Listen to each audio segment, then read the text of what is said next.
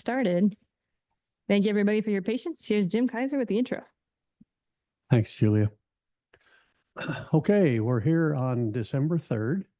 Welcome all you people who are here at OMSI and all you people out there in Zoom land. Tonight, our speaker is Dr. Robert Losey, who's a professor of archaeology at the University of Alberta, in Edmonton, Alberta. Dr. Losey got his BA in Kansas and then came to Oregon, where he got his MA and PhD. He focused on the archaeology of the Oregon coast, which is why he's going to talk about the Partee site tonight. But since he got his PhD here, he got his position in Edmonton. And he's worked extensively in Siberia and also the Arctic, all around the Arctic and the Northern Great Plains. He's probably best known for his work with dogs, the domestication of dogs early in prehistoric times. But tonight, he's going to talk to us about the Partee site, which is actually quite a famous site here in Oregon on the Oregon coast. The title of his talk tonight is The Partee Archaeological Site on the Oregon Coast, Equipment Scaling and Learning. So, Robert, take it away. Well, thank you very much for having me. It's a pleasure to join you tonight. I appreciate the opportunity to share a little bit with you. I don't get a chance to talk about my work on the Oregon coast very often, so I'm a little bit rusty when it comes to talking about this work. And I haven't talked about the atlatls from Partee, which will be the focus of my talk tonight, in a long time. So it's nice to revisit this topic for me, to get refamiliarize myself with the topic a little bit, and to think about it again and the implications for what's present at this particular site. So the Partee site is located in the town of Seaside, Oregon. I think everybody there at OMSI surely knows where Seaside is. It's south of the mouth of the Columbia, not too far. The site has this name Partee because it's now located within the rough of a golf course. I mean, I think it's kind of a terrible name, but it's a very interesting place. The site was primarily occupied starting around AD 100 up until about 800. This is the primary period of occupation when a large shell midden formed at this location. And all of the materials I'm going to be talking about this evening come from that period of site use. And then much later in time, the site was used as a cemetery. There were many, many burials at this location that were also excavated decades ago. The excavations that occurred there were enormous in scale, hundreds and hundreds of square meters, and they were partly done by local folks doing kind of avocational archaeology.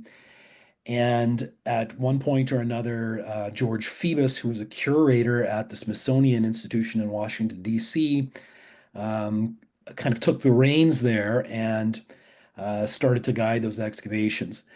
But the key thing to remember here is that the scale of the excavations was enormous.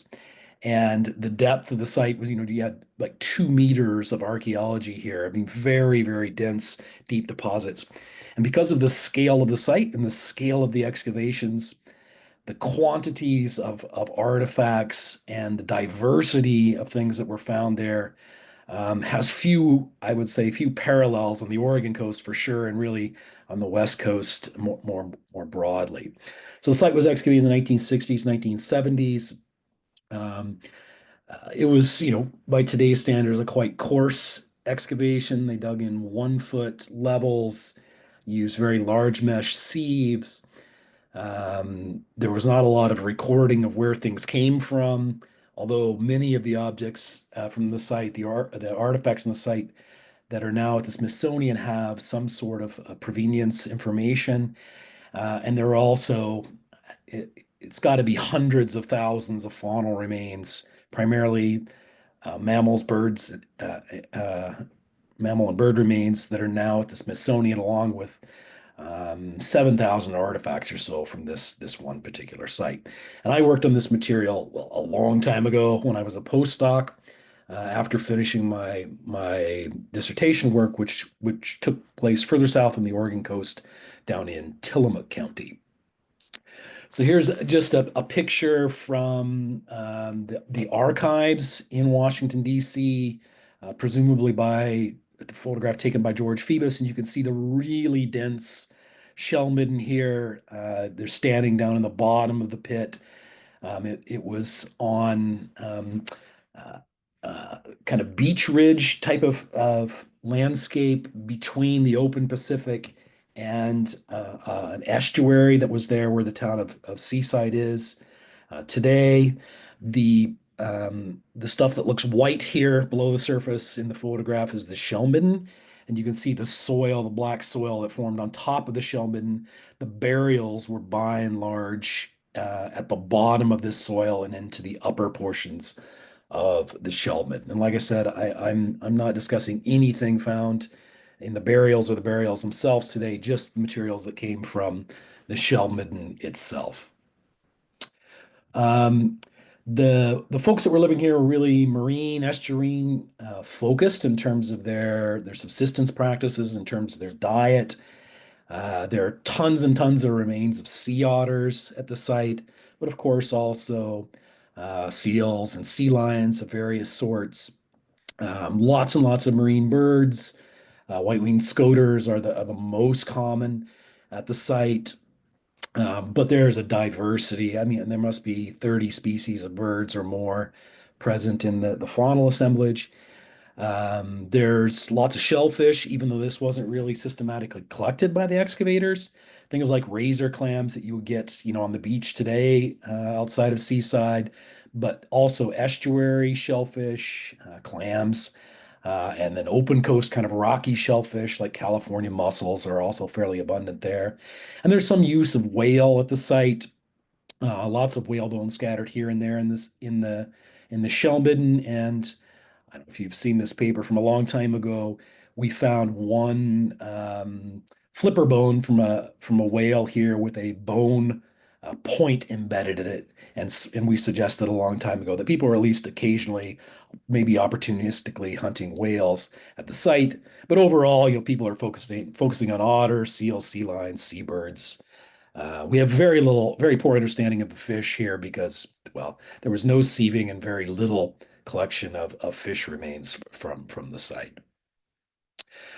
The site has a huge assembly of of tools, and many of these, maybe even most of these, are made from antler and bone, including multiple examples of the things you see here on the screen here, which are digging stick handles. So these are made out of the tines of antler, probably from elk based on their size.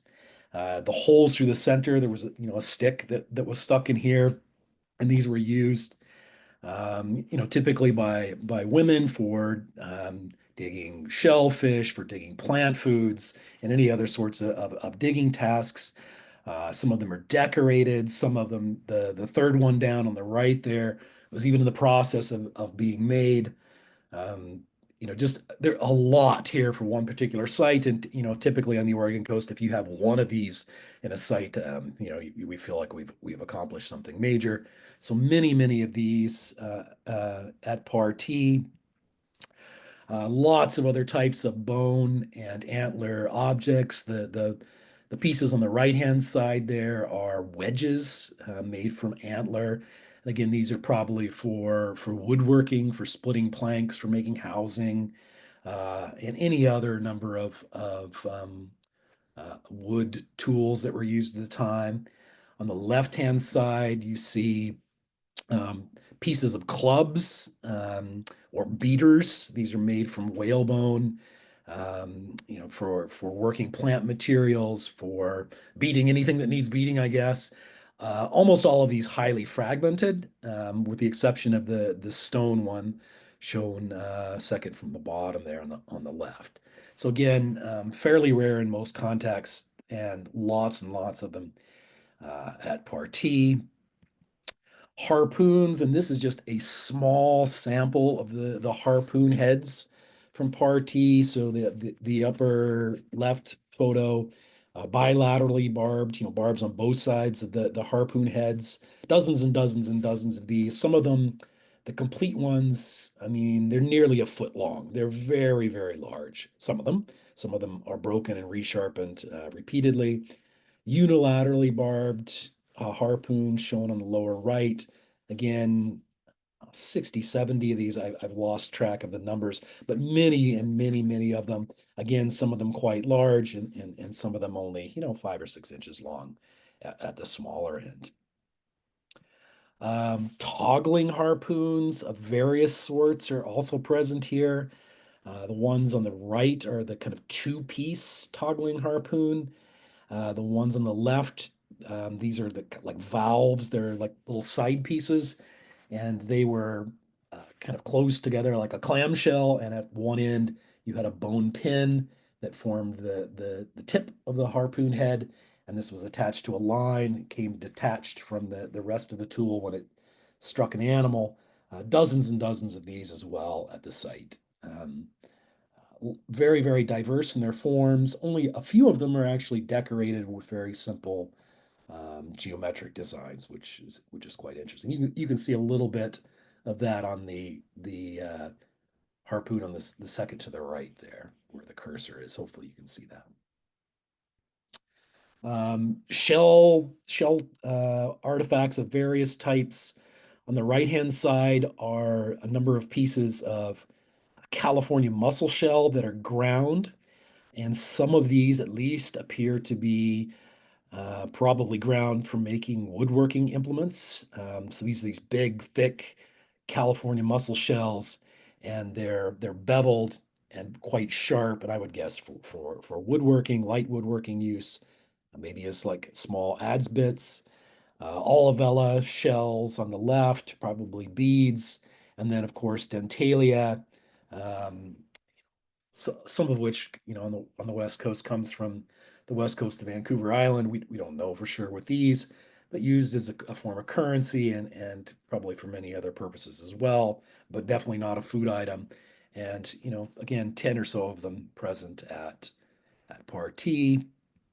Um, Interesting things that I hadn't seen before, including antler fish hooks, a fair bit of them at the site on the left-hand side, and then the two bottom objects, which I think are probably like blanks for making antler fish hooks.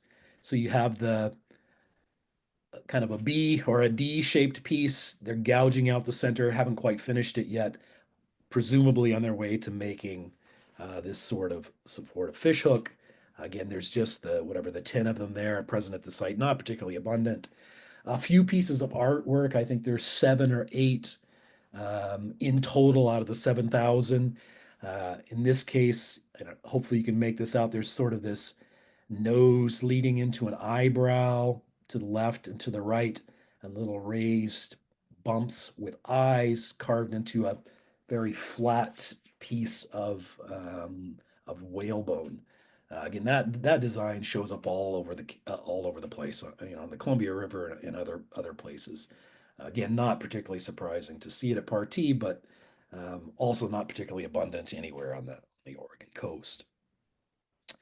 Some really unique items, and if you guys have ideas of what these are, I'd love to hear them.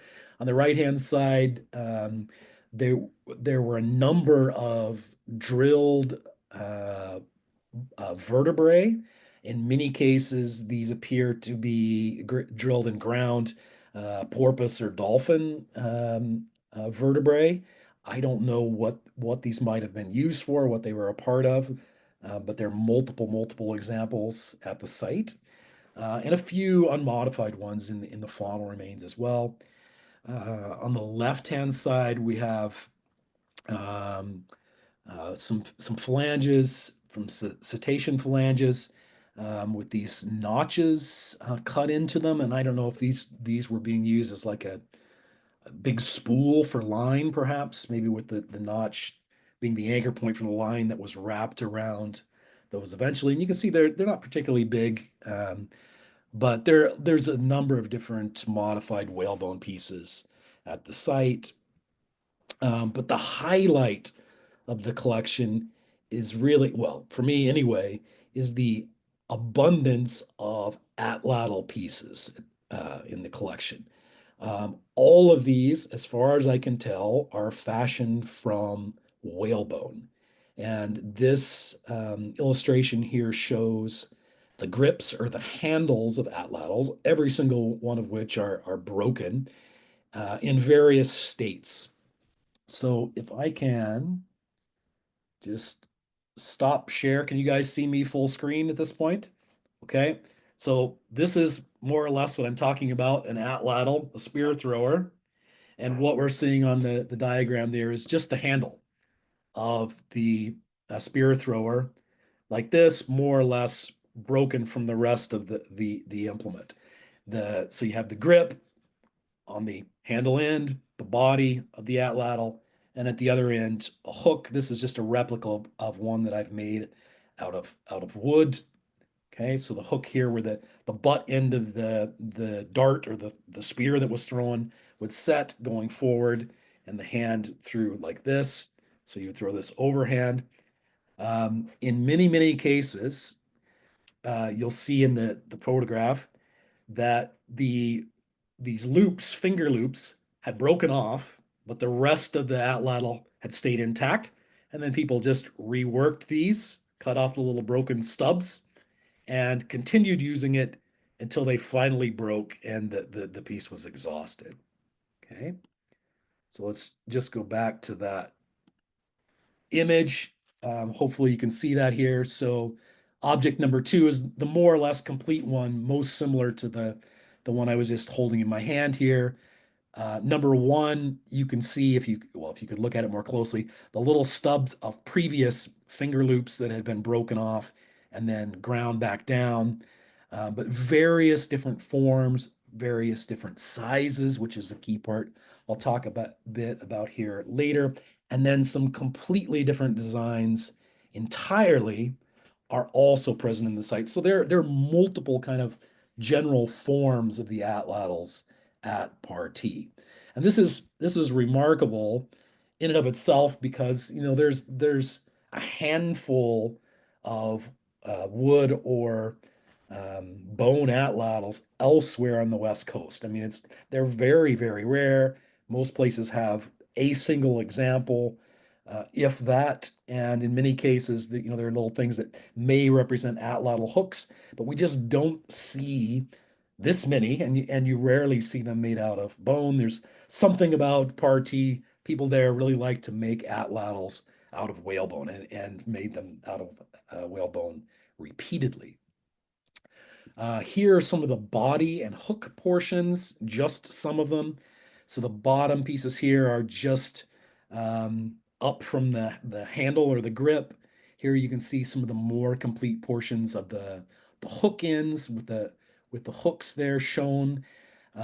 They're all different. Each one is like bespoke or custom made, I would say. They're all a little bit different. Many of them have decorations on them of one sort or another. You can see these two on the right center row, the little dots. These are little designs that are drawn along the margins of the atlatl bodies in a patterned fashion. I mean, it looks a little bit like a fragment of a cribbage board, but I'm fairly certain that these are atlatl pieces. Just to show you some close-ups of the hooks of these, where the butt of the throwing spear would have been held. So you can see how delicately they're made. I mean, they're a 1/4 inch thick. They're made out of very dense whalebone. I mean, maybe from something like the mandible. The hook is very subtle. We made it exactly the same on my replica, and with a properly made butt of the spear, it works perfectly fine. You might think they might need to be more hook-like, but they don't seem to need to be.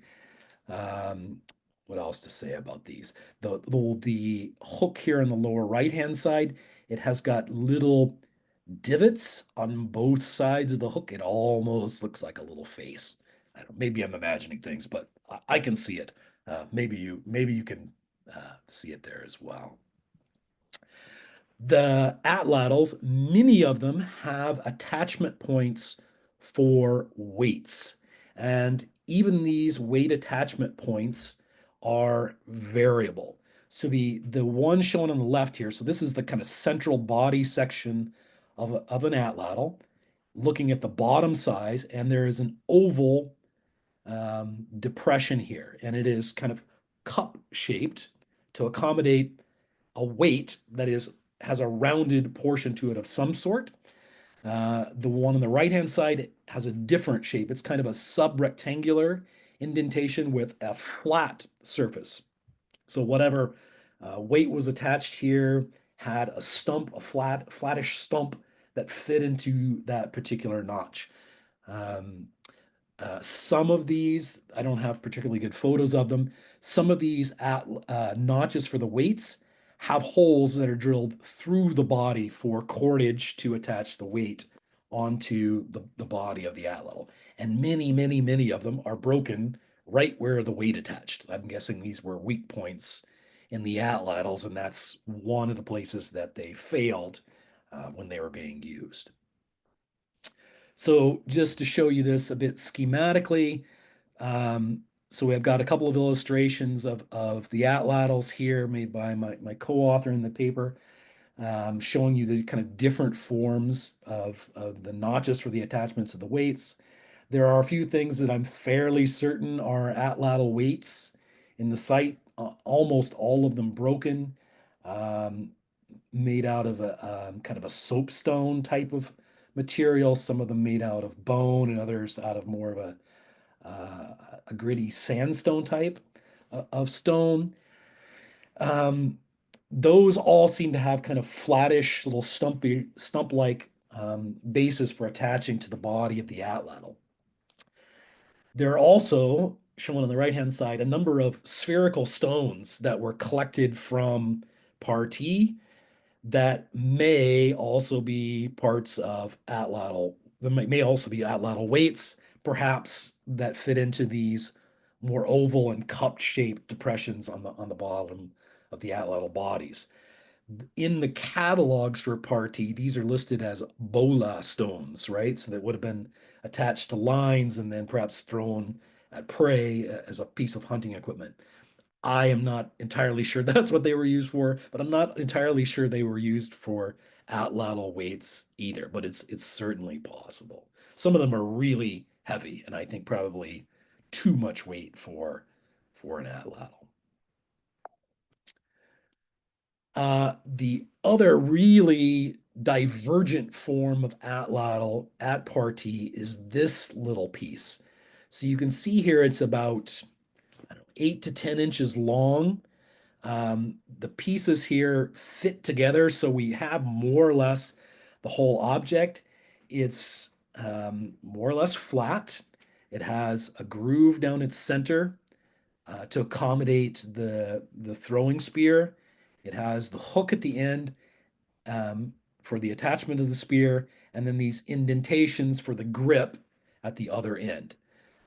It is not like any other atlatl I've really seen, but I'm fairly confident it is an atlatl. But why it has this particular form and size and shape, I don't know. Maybe it's just part of the variation in different forms of atlatls that people had here. You can see it was very fragmentary and then glued back together, probably by Phoebus and Drucker during the original excavations. The highlight, though, for me in the atlatls, and the thing that really got my brain spinning, were the variation in the sizes of the atlatls. So even if we just use the examples here, we can see the wide ranges of sizes that are present.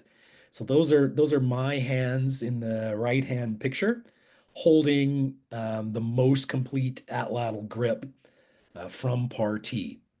And you can see that fits my hand very, very well.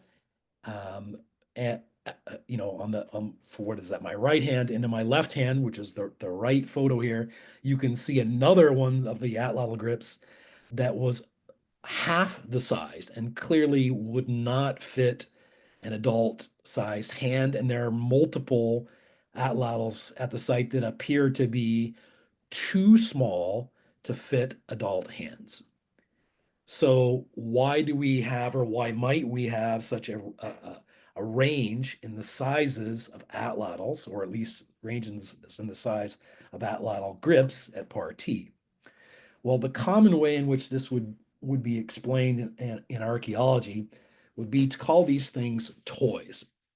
And I've tried to avoid calling them toys because there's a tendency to think of toys as something non-functional and trivial. It's literally a toy. It has no real purpose. And I think that is very, very misleading, but is really commonly said in regard to small scale objects uh, or objects without obvious utilitarian function in archaeology. So, what I'm going to talk about here is the fact that toys are not meaningless. In fact, in many cases, they are critical. And they're critical because um, they are the material ways in which people can learn really critical tasks. And certainly, being able to use an atlatl effectively was something that would have been critical to the folks that lived at Partee. You would have had to have known how to use one of these well to put food on the table, to support your friends, your family, your community. That was a critical skill, one of many critical skills, but it's one that I think we can perhaps see the learning process that was involved with it through this kind of miniaturized form. So, as I said, um, becoming proficient in atlatl use was critical because this was one of the primary hunting technologies that was in use at the time. And at this particular time scale, you probably also had um, um, the arrival of the bow and arrow. So you perhaps had even both of those technologies in our operation at the time. So how does one learn how to become proficient with an atlatl? Well, as with many things, you could explain how to do it. You could lecture others how to do this, but the way in which people become adept at something like this is by doing, is by engaging with the things, is by using the atlatls, employing them. In other words, taking them out, experimenting with them, trying with them, working with them on a day-to-day basis over the long term. This is what helps us accrue skills in doing most of the things that we actually do in our life, including things like throwing projectiles. So this kind of learning by doing, by pragmatically doing something repeatedly, has been referred to in anthropology as enskillment, which is the process of building skill, of embodying skill by repeatedly doing something. And I think what we may see with the Partee atlatls is something that people in many fields today refer to as equipment scaling. And that is when trying to teach children how to learn to do a complex physical task. Oftentimes, the way that is achieved is by scaling down the equipment that's used, equipment scaling, scaling down the equipment that people use so that it is better fit to their body sizes. So the examples I have here are violins, and my son used to take violin lessons, and I remember, every couple of years having to go buy a slightly larger violin that fit his body size. And the reason why children don't start out using a full-size violin is that it's exceedingly difficult for their hands to fit, for their body to fit, you know, in concert with that equipment and to use it well. In other words, they struggle to use those things. They fail using those things, and it leads to lots of drop off in terms of retention of people in those particular practices. And and you can think of this with all sorts of sporting equipment too. You know, we don't start off kids playing on a full size football field or soccer field because they get bored by the time they've gotten to the other end. The ball is halfway up to their waist.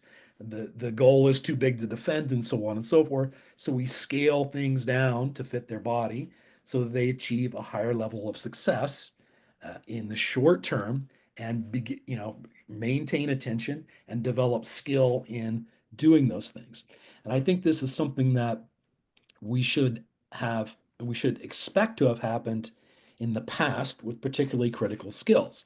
In fact, I'd say it's more surprising that we don't find more miniaturized types of things than we do, because in many cases, imagine a bow and arrow, and this is a thing that requires a lot of physical strength.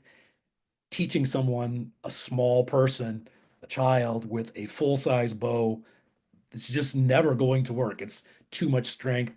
It's they're not going to learn because they can't perform it even at the most basic level. And people would have figured this out, and they would just scale things down so that the equipment fits the body, and therefore the person can learn and even contribute at a very young age to their communities, to their households going forward. And my arguments about this really are based in part upon all kinds of literature about how this works. So there's a lot of literature written about equipment scaling and its effects on um, the acquisition of skill, particularly in sports, with tennis, um, doing things that slow the ball down, that make it easier for children to perform and return the ball or serve the ball. Lots and lots of literature that talks about how adjusting things to the size of the person allows them to achieve success earlier in life and therefore maintain an interest in that particular physical skill, therefore leading to high levels of skill earlier in the lifetime and perhaps even more skill at the time of reaching adulthood. So lots and lots of literature on that topic. If you're interested, and I think this is something we're writing about now that people figured out thousands and thousands of years ago because they needed to and they had to. And of course, this is, I said it's not written about very often, but there are other examples in many different parts of the world. And I just use a couple of papers here by some folks that I know. Robert Park has written about this with sites in the Arctic, the Canadian Arctic in particular. And he's noticed that there are many, many examples going clear back into Dorset period of miniaturized hunting equipment of all sorts, some of which he thinks is probably are quote unquote toys for children's learning, some of which have of other purposes and so on. But he's written about childhood and learning extensively in the Arctic, and then a little bit closer to Oregon, but closer to where I am here. Bob Daw has written about miniaturized arrow points on the prairies, particularly at Head Smashed In, the very famous buffalo jump we have here in southern Alberta. And the fact that if you look, there are many, many, many miniaturized projectile points on the plains, and this may relate to the use of miniaturized bow and arrows for childhood learning on the prairies, um, uh, 1,000 or more years ago. The other thing I wanted to mention here about the Party atlatls is that I don't think they are an isolated case, and I say that because shortly after we had written the paper about the Party atlatls, Virginia Butler, the famous professor there from Portland State University, and one of my favorite professors as a student, um, had sent me an email saying, "Hey, your Partee atlatls look a lot like this collection we have here at Portland State.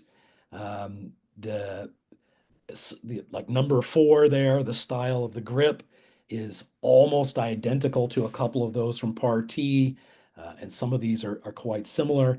And if I recall correctly, the site from which these atlatl parts where they came from was unknown. Maybe Virginia's figured it out subsequently, but it's very interesting, and it shows us that the whalebone atlatls at Partee were not a complete one-off, and that we might expect to find them elsewhere along the West Coast, here and there, some out of antler, some out of bone, moving forward. And hopefully we'll find other additional miniaturized ones as well that will shed some more light on the learning process, the enskillment process in the past.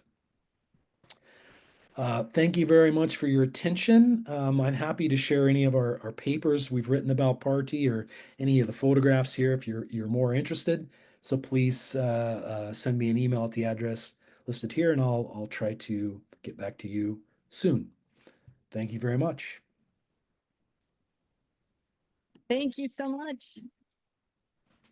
Oh yeah, I should probably turn on the lights. We'll see if anybody has some questions here. Looks like we got one over here.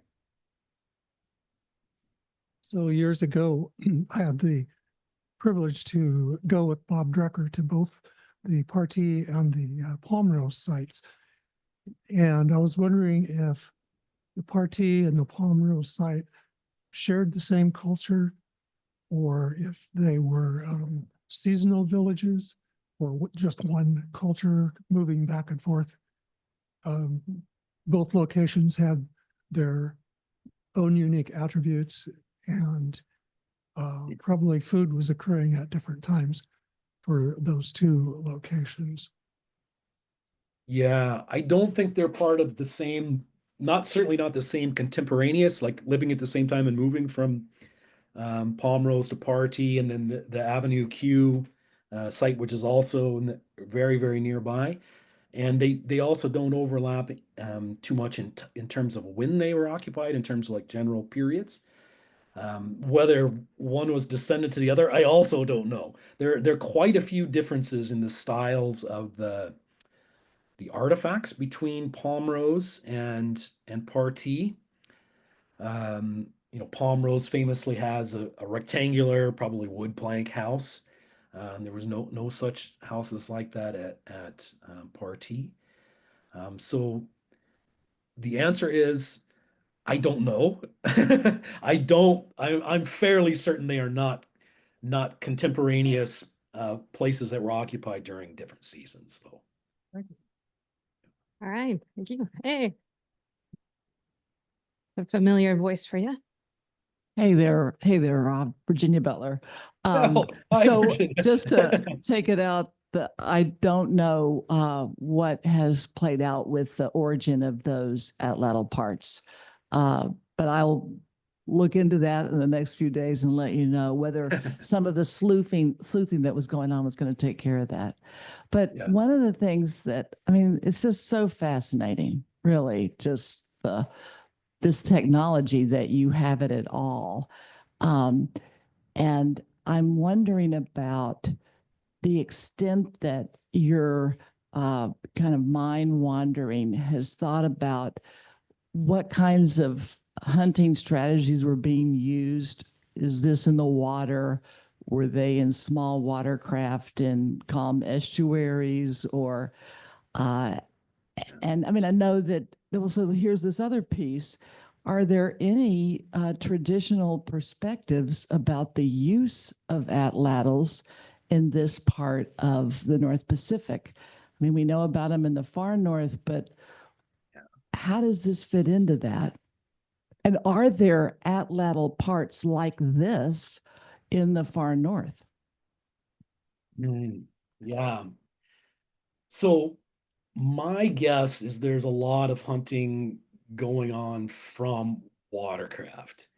And maybe the best evidence for that is the amount of sea otter in the site. I mean, it's abundant. Like they're the number one mammal in the site.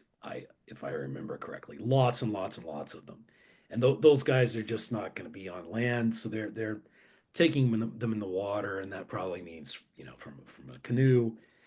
And that certainly could involve the atlatl. I guess I know a bit about atlatls, further north, and those were used, at times from kayaks, and the like uh, those types of atlatls are quite different. They're shorter than these, and it's they call them throwing boards, is a bit different, but they would still have one of the same advantages, and that is that you can operate an atlatl with one hand and hold the paddle with the other hand, which made them very handy in a kayak and may also make them handy in a canoe, as opposed to a bow and arrow where you would have to use both hands. So there would be some advantage, I think, to using an atlatl and dart to deliver harpoon heads or whatever to prey in there. The only account that I know of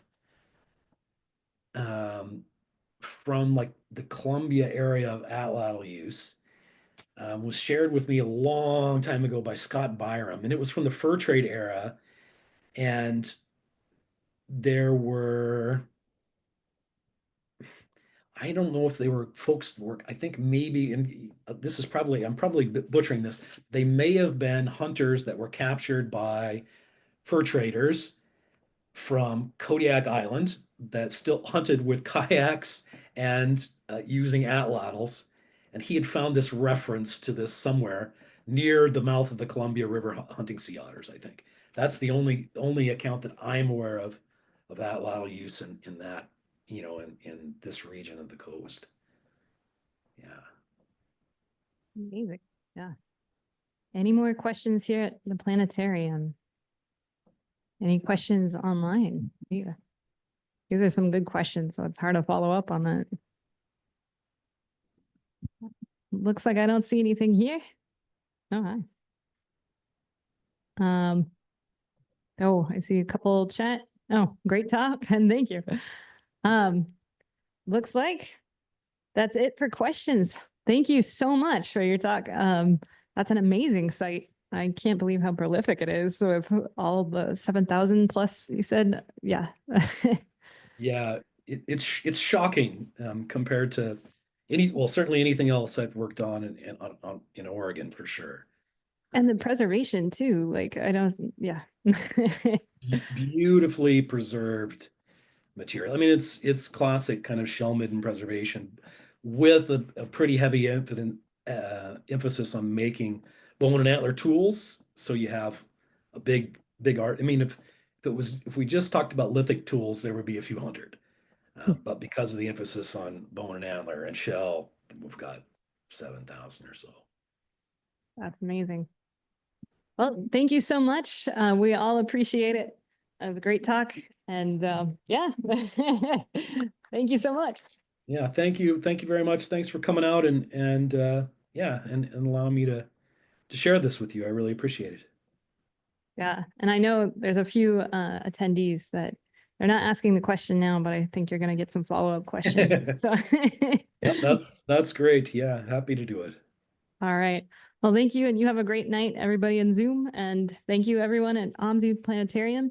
Next month, January 7th, I believe Dr. Butler will be speaking. So I believe we'll be in the auditorium here at OMSI. Have a good night. All right, great. Thank you. Thank you.